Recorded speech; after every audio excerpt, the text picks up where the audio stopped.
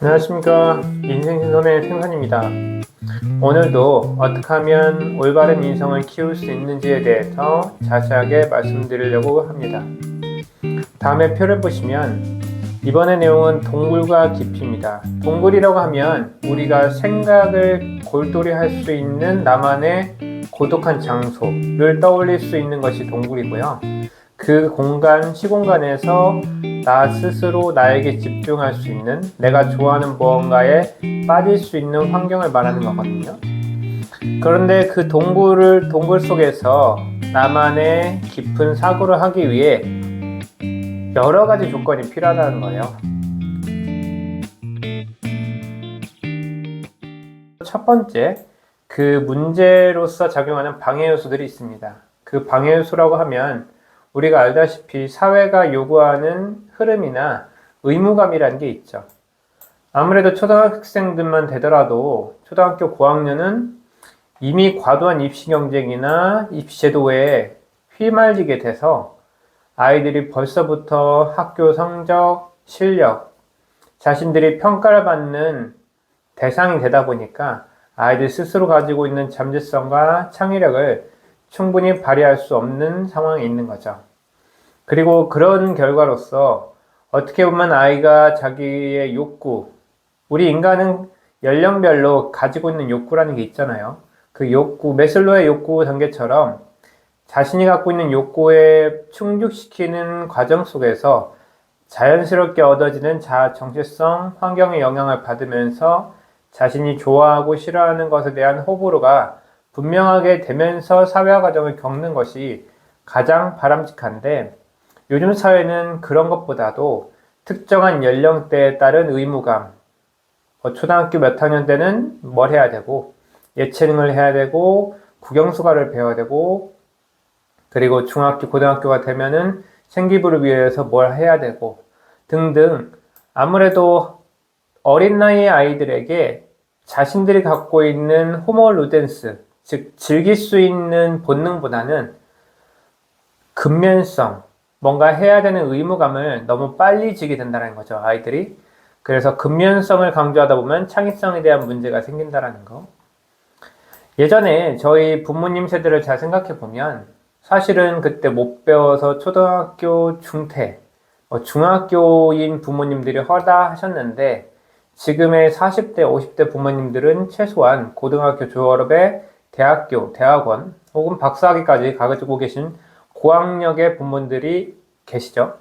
그런 것들이 어떻게 보면 아이들에게는 실패와 좌절을 조금 쉽게 느끼게 할 수 있는 환경으로 작용할 수도 있고, 부모가 가지고 있는 높은 기대치, 그 수준에 따라서 아이들이 뭔가를 만족시키고 부모를 만족시키기 위한 아이들의 노력이 생각보다 보상이 적기 때문에 낮은 성공 경험, 그리고 부모와 똑같은 안정적인 직업을 가져야 된다는 부모의 직업 선호도, 안정적 직업 선호도, 이런 모든 것들이 아이들이 자기만의 동굴과 깊이에 깊이 빠져서 몰입할 수 있는 경험을 저해한다라고 볼 수 있는 거죠. 게다가 정보화 사회가 가지고 있는 장점과 다르게 단점에서는 우리가 보통 SNS나 유튜브를 보면은 우리가 원하는 정보를 취득하려고 우리가 취사 선택을 하는 것보다 보여지는, 즉 수동적인 집중력에 너무 익숙해 있다 보니까 자신이 정보를 처리할 수 있는 속도, 취향에 따라서 정보를 고르기보단 어렸을 때부터 단순히 쾌락과 자극을 추구하는 그러한 정보를 얻는데 너무 익숙하다는 거죠. 근데 그러한 것에 너무 빠져버리면 다음과 같이 일회성 만족감에 빠지게 되는 겁니다. 아이들이 학교에서 공부하는 것, 부모를 만족시키거나 자기 주변의 어른들을 만족시킬 수 없다라는 것을 본능적으로 알고 있기 때문에 단순히 즉각적 보상을 얻기 위해서 게임, 친구들과의 인스타, 쾌락적인 자극들, 그리고 부모에게 받지 못하는 사랑과 관심, 맞벌이라는 것도 한편에 그런 거죠.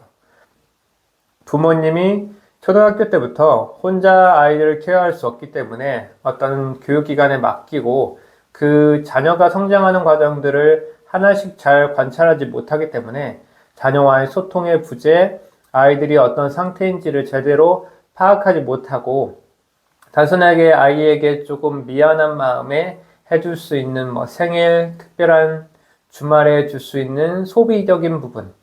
그래서 맛있는 걸 사주는 것도 한편으로 좋을 수 있겠긴 하겠지만 소비적으로 여행, 일회성 만족감을 키워주는 것들이 아이들에게 한편으로는 중독이 된다고 할 수 있죠. 그런 것들이 익숙해져 있는 아이들은 소비 충족, 소비를 통해서 만족하는 자본주의, 물신주의들이 아이들의 몰입도, 사람과 교감을 통해서 얻어지는 보상이 아닌 그냥 쾌락적으로 도파민에 빠져서 단편적인 체험을 하게 되는 이런 일상에 젖어버린다는 것. 이게 어떻게 보면 학생이 태어나서 자신이 가지고 있는 잠재력을 발현시키지 못하는 방해 요소로 작용된다는 거죠. 그러면 다음과 같이 제가 말씀드리는 동굴, 깊이 있는 체험은 왜 필요한가에 대해서 한번 이야기를 해보도록 하겠습니다. 일단 미래라는 관점을 바라보면 다음과 같습니다. 미래라는 것은 우리 한국 사회는 미국과 일본이라는 강대국이 있었고 그들을 단순히 따라가기만 하면 벤치마킹만 하면 어느 정도 선진국의 반열에 들을 수 있었는데 그와 다르게 요즘 같은 시대는 창의적인 시대, 특허권이나 미래가 보장되지 않고 인공지능이 도래되면서 인간도 대기업이든 어떤 주체성을 갖고 있지 않은 모든 집단과 개인들은 결국에 인공지능에 의해서 종속되게 되는 환경에 놓여 있거든요. 그래서 기업들도 요즘은 공개 채용을 꺼려하고 수시 채용을 통해서 자신들에게 필요한 인재, 창의적인 인재, 자신들의 생태계와 환경을 바꿀 수 있는 획기적인, 혁신적인 인재를 추구하는 방향성을 선호하게 되는 거죠. 그러기 때문에 무엇보다도 지금처럼 한국 교육에서 말하는 천편일률적인 교육을 받은 그냥 의무감에 학습을 해야 되기 때문에 하는 학생들이 아니라 분명히 어렸을 때부터 자기만의 개성과 자기만의 시간을 가지고 몰두해서 특별한 생각을, 창의적인 생각을 갖고 있는 아이들을 선호하게 되는 시대적인 미래 인재가 필요하다는 것이 지금의 트렌드라는 거죠.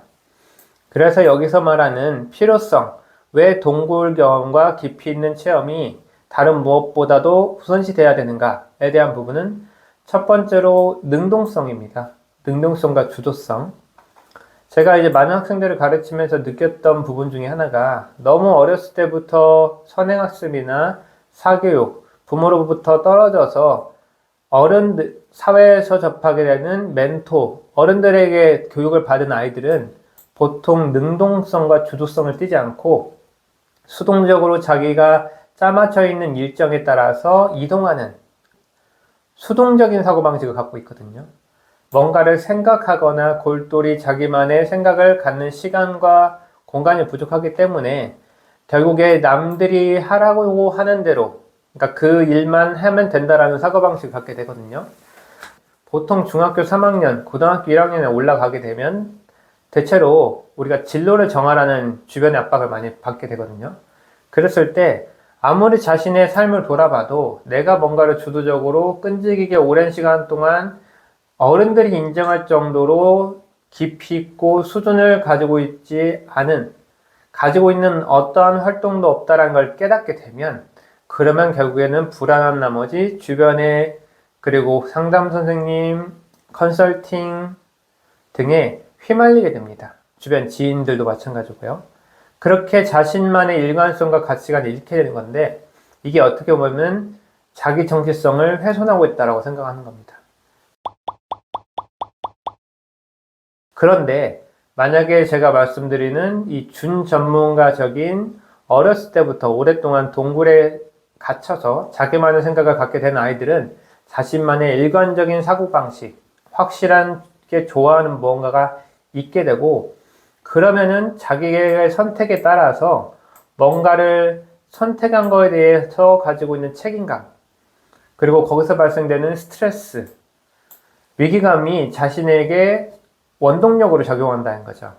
그리고 더불어서 자기만의 그 문제를 해결할 수 있는 문제 해결 능력, 나만의 스타일을 찾는 방식들이 저절로 쌓여지게 되는 겁니다. 그런 식으로 남들은 한 번도 제대로 시도해보지 않은 많은 것들을 자기가 좋아해서 자기가 난이도를 높여가면서 자연스럽게 성장해 나가는 자신만의 굳건한 경험, 이런 것들은 진로를 선택할 때도 자신이 남들의 말에 휘둘리지 않을 수 있는 강한 뿌리와 같은 무언가를 만들어주게 되는 거죠. 제가 고등학생들한테 평소에 많이 이야기를 하는 건데, 정보 수용력이라는 것이 있거든요. 정보 수용력. 우리가 중학교까지는 영어는 과목에 불과한데, 고등학교에 가면 과목보다는 언어에 가깝습니다. 그러니까 영어과 과목은 모든 전 분야를 총망라해서 배우게 되는데, 우리는 대체적으로 많은 정보를 수용하고 있지 않고 있기 때문에 지식으로, 만약에 평소에 어렸을 때부터 중학교 후반까지 자신이 자기가 좋아하는 뭔가가 있는 아이들은 어떤 새로운 정보나 지식이 오더라도 그것을 이해할 수 있는 밀도 있는 지식, 즉 자기가 좋아하는 분야와 연결시킬 수 있는 연결성, 그리고 새로운 정보를 자기만의 방식으로 이해할 수 있는 이해력, 적용력, 그런 통찰력을 저절로 갖게 되거든요. 그래서 무엇보다도 초등학교, 중학교 동안 아이가 뭔가에 빠져있다는 것은 뭐든지 상관이 없는 거예요. 운동이어도 상관없는 거고, 게임이어도 상관없는 거고, 그리고 요리, 꼭 공부만이 정답이 아니라는 거죠. 결국에 어떠한 엔진이 만들어지고, 두뇌 엔진이 만들어져서 아이가 자기만의 세상에서 충분히 밀도 있게 뭔가를 가졌다면, 그리고 나서 자신이 뭔가 새로운 성인이 돼서 하고 싶은 것이 생긴다면 그때 돼서 확실하게 전과목을 공부할 수 있는 한국 교육을 받아도 충분히 아이가 해낼 수 있는 그런 상태에 이르른다는 얘기죠. 하지만 만약에 그러한 능력을 갖추고 있지 않게 된다면 자신만의 문제 해결 능력 또한 없고, 그리고 아까 같이 굳은 심지가 없는 거예요. 전과목을 잘 본다고 하면 뭐 자신감이 생길 수는 있겠지만 보통 학생들이 전과목을 다 잘 볼 수는 없는 거잖아요. 한두 과목을 잘 본다고 해서 내가 뭔가를 잘하고 있다, 교과서에 있는 내용을 완벽하게 이해한다고 해서 우리는 확고한 자신감을 만들어내지 못해요. 그 결과 여기서 말씀드리는 불안감이 시작이 되는 겁니다. 입시 전쟁에서 나보다 더 잘하는, 못하는, 그리고 내가 누구를 이겨야 되는 이러한 입시 전쟁에 빠져서 등급과 석차, 줄서기, 경쟁사회라는 이런 한국 교육이 갖고 있는 암울한 함정에 빠지게 된다는 것이 가장 안타까운 부분이라고 생각하거든요. 그렇다면 이 동물과 기피를 키우기 위해서 우리는 가정에서 또는 사회적으로 어떻게 할 수 있는가에 대해서 말씀을 드리도록 하겠습니다. 이 내용을 한번 말씀을 드리고 싶은데, 가정 환경에 대한 일관성의 지침입니다. 이것은 가수 이적의 어머니인 박혜란 박사님께서 말씀하신 내용인데요. 사실 우리가 누군가로부터 자녀에 대한 조언을 받는 것은 내가 내 자녀를 평소에 일상적으로 충분히 관찰하고 아이의 상황을 잘 알면 누군가의 조언을 들을 필요가 없는 게 사실이에요. 그런데 남의 조언을 듣는다라고 하는 것은 어쩔 수 없이 남이 키우는 그 자식과 내 자식을 비교하게 되는 심리가 발동되거든요.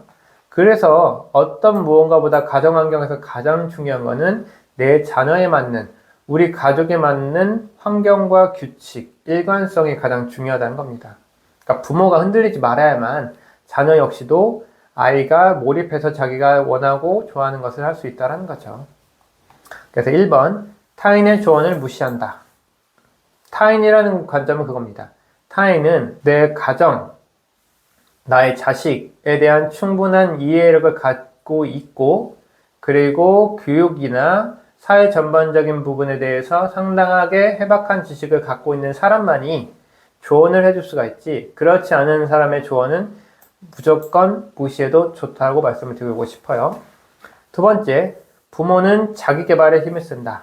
이것은 가족 환경에서 말씀드릴 내용인 건데, 사실 결국에는 부모의 환경에서 자녀가 성장을 하는 거잖아요.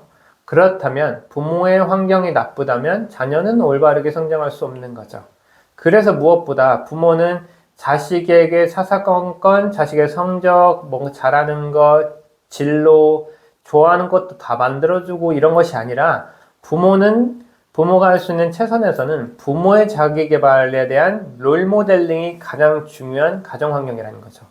그리고 부모가 자기가 좋아하는 것에 집중돼 있으면 생각보다 자녀한테 신경을 덜 쓰게 됩니다. 그래서 같은 공간에서 가정 내에서 있을 때 부모와 자녀가 다투는 부분에 가장 많은 케이스는 부모가 취미생활이 없다라는 게 함정입니다. 그리고 세 번째는 이건 보통 초등학교 고학년이나 중학교 1, 2학년까지 좀 유효한 건데요. 항상 학교에서 갔다 오거나 뭔가 사교육에 갔다 왔을 때 뭐 했어? 뭐 먹었어? 라는 와세 개념보다는 how, 어땠니라고 물어보는 게 상당히 좋습니다. 그래서 첫 번째로 재밌었니? 재밌었던 이야기 이야기해 줄 수 있어? 라고 아이에게 이러한 질문을 던지면 이 질문의 속성은 아이가 항상 자기가 지금 배우고 있는 내용에 대해서 아니면 재밌었던 것들에 대해서 엄마나 어른들에게 설명해 줘야 된다라는 것이 어렸을 때부터 익숙하게 녹아들어 간다면 아이들은 자기가 하는 과목, 배우고 있는 것에서 재미를 찾으려고 하는 욕구나 의식이 자동적으로 이루어진다는 거죠.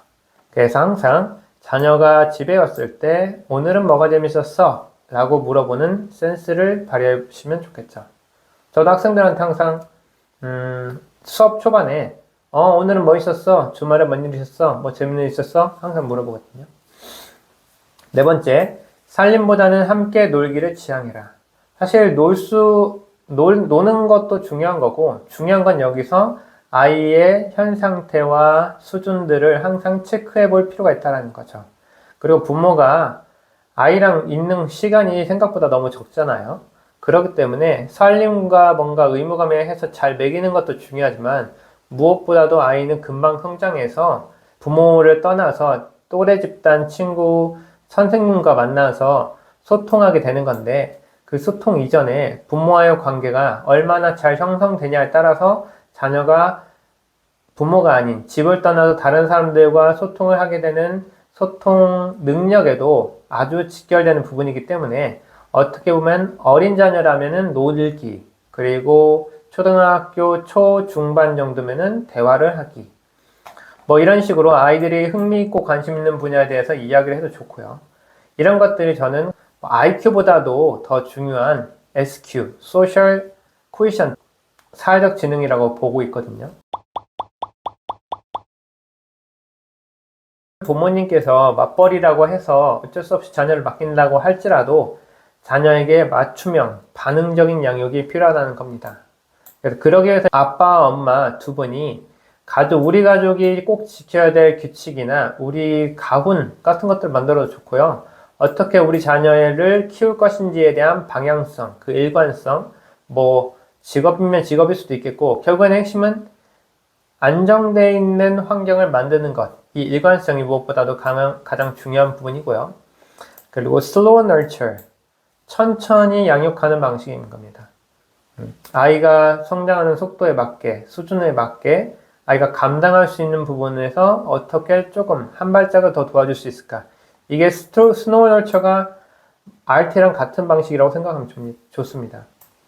그리고 아까 전에 말씀드렸듯이 부모님은 부모님 자기계발에 힘쓰고 부모님도 자신이 무엇을 하면서 즐거움을 얻고 있는가 아이 앞에서 웃는 모습을 보여줘야 된다는 거죠. 어딘가에 몰두해 있어서 재밌어 하는 모습을 봐야만 아이들도 그거를 어렸을 때부터 따라하면서 엄마 뭐야 라고 할 수 있는 거죠.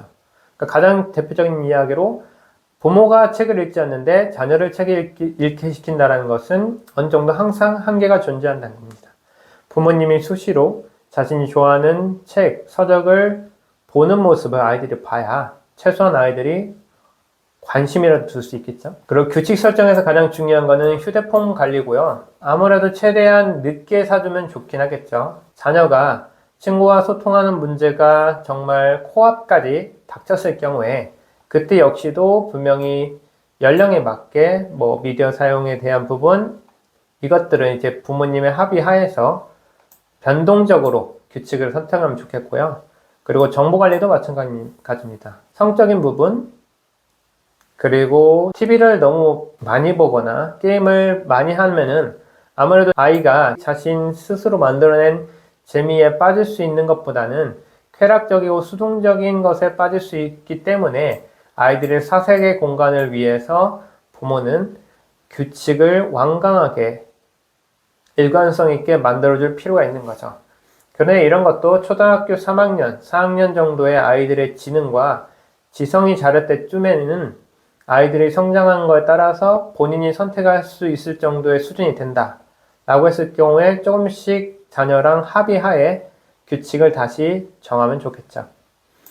그리고 혹시라도 부모님께서 부모님이 요구하는 뭔가를 만들어주고 싶다 자녀에게, 그럴 때는 추천드리는 것은 보통 5가지 제안을 하기라고 말씀을 드리고 싶어요.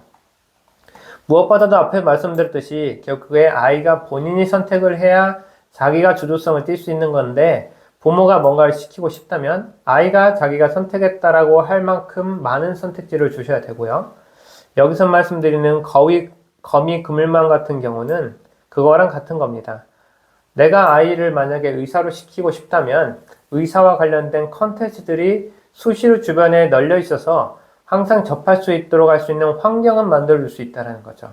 강압적으로 할 수는 없지만 환경을 설정해주면 아이가 그 부모가 의도한 그 함정에 아주 순순히 빠질 수 있는 그런 좋은 결과를 만들 수 있으니까요. 그리고 환경 설정 두 번째로 사회적인 측면입니다. 아무래도 자녀분이 나이가 초등학교 6학년, 중학교 1학년이 됐을 경우에 자신이 사춘기가 시작되면서 관심 분야, 아이돌에 관심이 있을 수도 있겠고요. 아니면 특정한 분야, 과목일 수도 있고 좋아하는 사람이 있을 수 있겠죠. 그러면 그 부분에서도 보통 15세 중3 이전까지 꼭 놓치면 안 됩니다. 그러니까 아이가 지금까지는 부모님, 주양육자, 아니면 학교 선생님, 사교 선생님이라는 국한되어 있는 사람에 의해서 아이들의 환경이 설정되었다고 하면 그 이후부터는 또래 친구뿐만 아니라 인터넷에 있는 커뮤니티, 소규모 집단, 소통할 수 있는 창구 등의 다양한 창구를 마련할 수 있거든요. 단순히 우리가 꼭 물리적으로 공간적으로 이동을 해서 모든 사람을 만날 수 있는 것도 당연히 가능하지만 온라인상에서도 배울 수 있는 많은 배움거리가 있다는 것을 잘 생각해 보시면 아이가 좋아하는 관심 분야가 있었을 때 이것을 어떻게 프로젝트, 대회, 이런 다른 사람들, 나이가 많은 또래 친구들을 만날 수 있게끔 할 수 있는 환경을 설정해 줄 것인가, 그래서 아이의 생각과 지평을 넓혀 줄 것인가를 생각해 보셔야 되겠죠. 그래서 가장 아이의 영향력이 있는 사람에 대해서 만들어 주는 것, 그게 아무래도 그 분야에 대한 유튜버 같이 어떤 전문가 아니면은 덕질을 하는 덕후가 될 수도 있겠죠.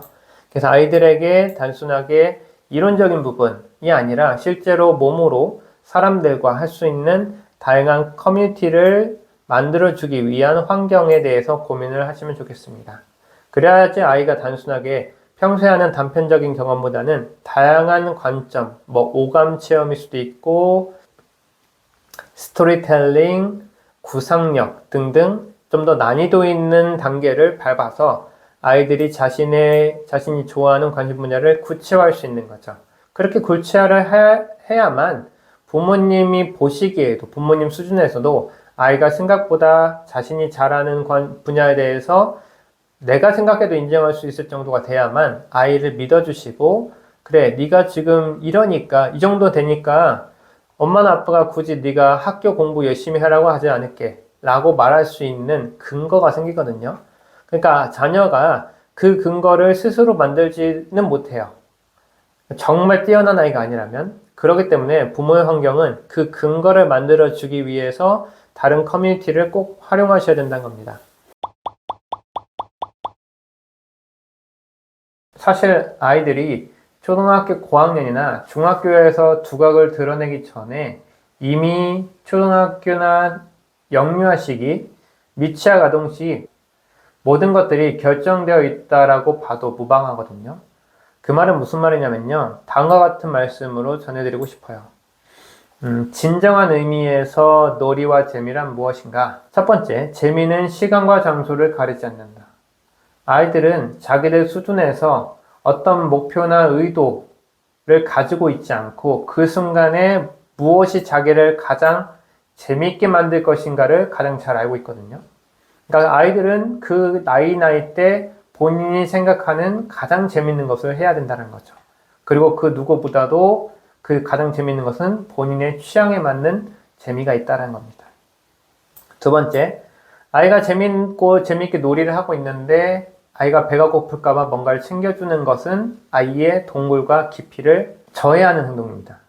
그래서 아이가 뭔가에 깊이 빠져 있을 경우에는 아이는 아이가 하고 싶어 하는 것들을 계속 하도록 내버려 두고 아이들이 그리고 나서 허기를 잊고 자기가 하는 일에 몰입을 하는 경험이 있어야만 나중에 중고등학교 때 자신이 하고 싶어 하는 쾌락적인 즐거움이 있음에도 불구하고 견딜 수 있는 끈기력이 어렸을 때 놀이와 재미에 있다는 겁니다. 그래서 무엇보다도 재미라는 것은 의도와 목적을 가지고 있지 않는 것이 놀이고, 그러한 습관들이 어렸을 때부터 잘 갖춰진 아이들은 학교라는 성적이라는 결과물이 아니라 그 과정에서 즐길 수 있는 아이들이 돼버리는 거거든요. 그것을 주도적으로 하게 놔두면 본인들 스스로 지루하고 재미가 없는 활동들은 저절로 난이도를 높여서 어렵게 만드는 자연스러운 성장형 놀이 재미를 추구하게 되거든요. 이러한 아이들이 나중에 커서 고등학교 때 저절로 자기 스스로 어려운 것들을 해낼 수 있는 아이들이 되는 겁니다. 상상력, 창의력을 위해서 키워드는 무엇보다도 일상적으로 아이들에게 변화를 줄 수 있는 봄, 여름, 가을, 겨울의 자연현상, 아이들에게 새로움이나 놀라움을 줄 수 있는 사람, 아니면은 시간과 공간들의 변화, 이런 것들을 통해서 너무나 평소에 가질 수 있는 안정성보다는 아이가 뭔가의 세상에 대한 놀라움, 갑자기 떠오르는 별똥별, 은하수, 놀람과 경외감을 느낄 수 있도록 아이들에게 다양한 체험을 선사해 주는 것이 부모의 가정 환경에서 무엇보다도 동기적인 측면에서 중요한 거죠. 그리고 학년이 높아지면서 자신들이 풀지 못하는 뭔가 정답이 있지 않은 것들에 대해서 탐닉하고 빠질 수 있는 그러한 단계들의 복잡성과 모호함도 필요하고요. 그래서 부모님들께서 꼭 오해하지 말으셔야 될 부분 중에 하나는 보통 아이들이 하는 일을 재미가 있다 없다로, 의미가 있다 없다로 많이 이야기를 하시는데요. 부모님은 이미 성인이고 본인들의 어렸을 때를 잘 생각하시지 못합니다. 그래서 아이들이 하는 활동들이 생각보다 의미가 없다라고 많이들 이야기를 하시는데요. 아이들의 이 지금 하고 있는 자기가 흥미, 재미, 취미, 어른들이 봤을 때 아주 쓸모없는 취미들이 결국에는 자신들이 나이를 먹고 고등학교만 되더라도 이 취미 활동이 의미로 저절로 전환이 될 건데, 그 시간에 부모님이 생각하기에 얘는 이때 뭐 해야 되고 저것 때 뭐 해야 된다라는 그런 강박관념과 편견 때문에 아이들이 그 순간순간 상상되고 있는 재미와 놀이를 제대로 즐기지 못하게 되는 그런 안타까움과 우를 범하지 않으시면 좋겠습니다. 가장 핵심은 아이가 지금 뭔가를 하면서 아이가 지금 당장 흥미가 있고 재미가 있어서 푹 빠져 있다면 그것을 계속 시켜야 될 이유는 나중에 아이가 중학교가 되거나 고등학교가 됐을 때 저절로 자신이 자기가 하는 일들을 의미의 단계로 가져갈 거기 때문에 그것을 조금 굳게 믿어주시고 가정의 일관적인 규칙, 환경, 아이가 좋아하는 일에 집중할 수 있도록 사색의 공간, 규칙 설정 등을 잘 마련해 주시면 아이들은 부모를 닮아서 아주 훌륭한 성인이 될 거라고 생각합니다. 감사합니다.